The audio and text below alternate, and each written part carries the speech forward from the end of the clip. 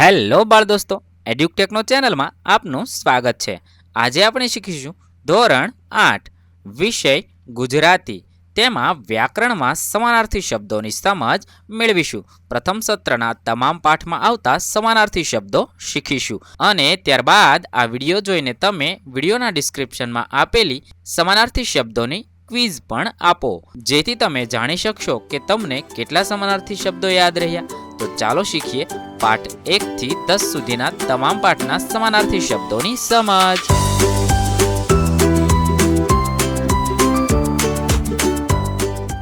સમાનાર્થી શબ્દ.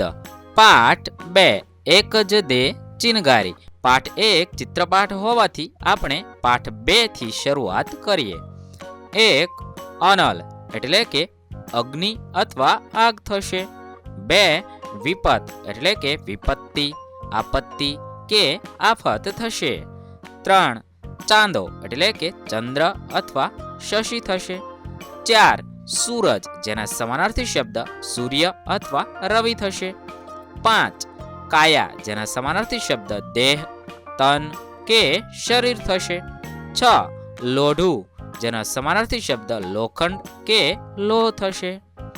હવે પાઠ નંબર 3 જુમો ભીસ્તી. 1 શ્રીમંત એટલે કે ધનવાન અથવા અમીર. 2 દુર્ગંધ એટલે કે બદબુ અથવા વાસ. 3 કર્કશ એટલે કે તીણો અથવા કઠોર. 4 આનંદ એટલે કે હર્ષ અથવા ખુશી. 5 ગદબ એટલે કે રજકો. 6 હાંડલી એટલે કે માટલી અથવા હાલલી થશે. હવે આપણે પાઠ નંબર 4 તને ઓળખું છું માં. 1 માર્ગ એટલે કે પથ અથવા રસ્તો. 2 અભાગી એટલે કે કમનસીબ અથવા દુર્ભાગી. 3 સદા એટલે કે હંમેશા અથવા સર્વદા થશે. 4 સ્મરણ એટલે કે સ્મૃતિ અથવા યાદ. 5 લહેરખી એટલે કે લહેર અથવા તરંગ. 6 તીરથ એટલે કે તીર્થ અથવા ધામ. 7 સમુદ્ર એટલે કે સાગર અથવા દરિયો થશે. 8 આકાશ એટલે ગગન અથવા નભ થશે. 9 શશી એટલે ચંદ્ર અથવા મયક થશે. પાઠ નંબર 5 એક મુલાકાત. 1 ધારાસભ્ય એટલે કે વિધાનસભ્ય. 2 અચરજ એટલે નવાઈ. 3 પ્રારંભ એટલે શરૂઆત. 4 ઈશારો એટલે સંકેત. 5 હરિયાળું એટલે લીલું છમ. 6 શાળા એટલે નિશાળ. 7 શહેર એટલે નગર. 8 ભવન એટલે મકાન. 9 બંદોબસ્ત એટલે કે વ્યવસ્થા અથવા ગોઠવણ થશે. 10 સ્મૃતિ એટલે યાદ. 11 અલ્પાહાર એટલે નાસ્તો.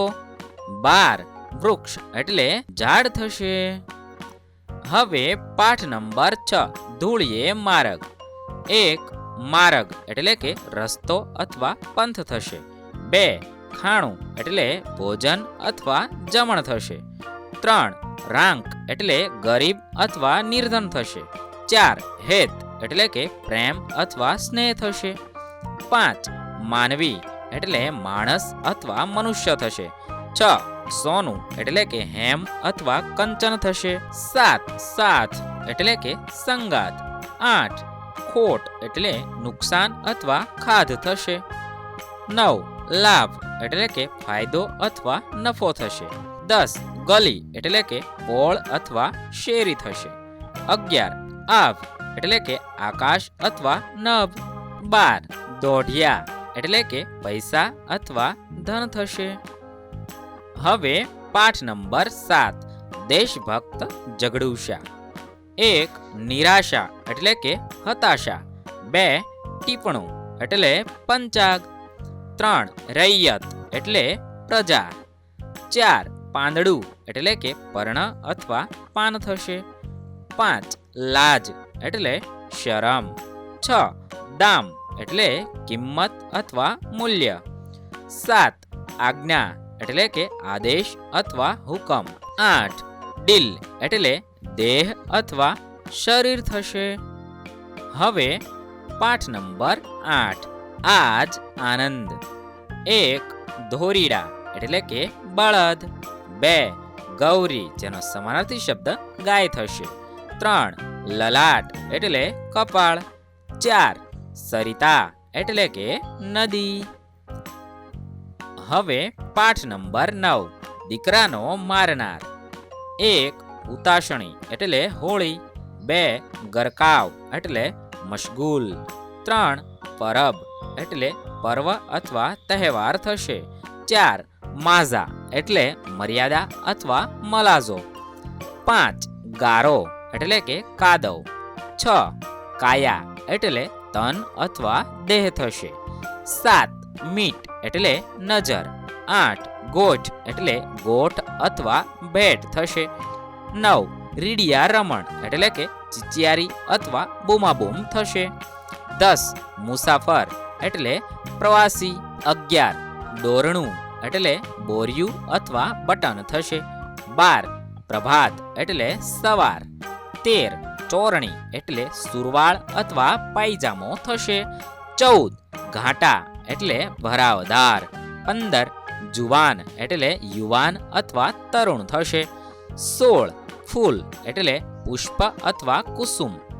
17 મહેમાન એટલે અતિથિ અથવા પરોણો થશે. 18 નસીબદાર એટલે ભાગ્યશાળી. 19 સુવાસ એટલે સુગંધ થશે. 20 કેર એટલે જુલમ અથવા ત્રાસ થશે. 21 કિસ્મત એટલે કે નસીબ અથવા ભાગ્ય થશે. હવે પાઠ નંબર 10 અઢી આના. 1 તાલાવેલી એટલે કે અધિરાય અથવા તડપ થશે. 2 અશ્રુ એટલે કે આંસુ થશે. 3 અધ્યયન એટલે કે શિક્ષણ અથવા અભ્યાસ થશે. 4 પાઠશાળા એટલે કે નિશાળ થશે. 5 શ્રદ્ધાળુ એટલે કે શ્રદ્ધાવાન અથવા આસ્થાવાન થશે. 6 મૈયા એટલે માતા થશે. 7 કૃપા એટલે કે મહેરબાની થશે. 8 પ્રતીતિ એટલે ખાતરી. 9 પાથરણું એટલે પથારી અથવા બિછાત થશે. 10 સંચાલન એટલે વહીવટ. 11 ખુમારી એટલે કે ગર્વ અથવા સ્વાભિમાન થશે. 12 ગમગીન તેના સમાનાર્થી શબ્દ ઉદાસ અથવા દિલગીર થશે. 13 ચમકારો એટલે જબકારો. 14 યાચના એટલે ભિક્ષા. 15 દ્રષ્ટિ એટલે નજર. 16 દેવું એટલે કરજ. 17 ખજાનો એટલે ધનનો ભંડાર. 18 કલ્યાણ એટલે મંગળ અથવા હિત થશે. આ રીતે આપણા સમાનાર્થી શબ્દો અહીં પૂર્ણ થાય છે. વિદ્યાર્થી મિત્રો, હવે તમે નીચે ડિસ્ક્રિપ્શનમાં આપેલી લિંક દ્વારા ક્વિઝ આપો અને તમારો સ્કોર પણ જાણો. થેન્ક યુ દોસ્તો. એડ્યુકેકનો ચેનલ તરફથી વિડીયો નિહાળવા બદલ આપનો આભાર. આવા બીજા વિડીયોઝ નિહાળવા માટે અમારી યુટ્યુબ ચેનલ એડ્યુટેકનો અત્યારે જ સબસ્ક્રાઇબ કરી લો. આભાર દોસ્તો.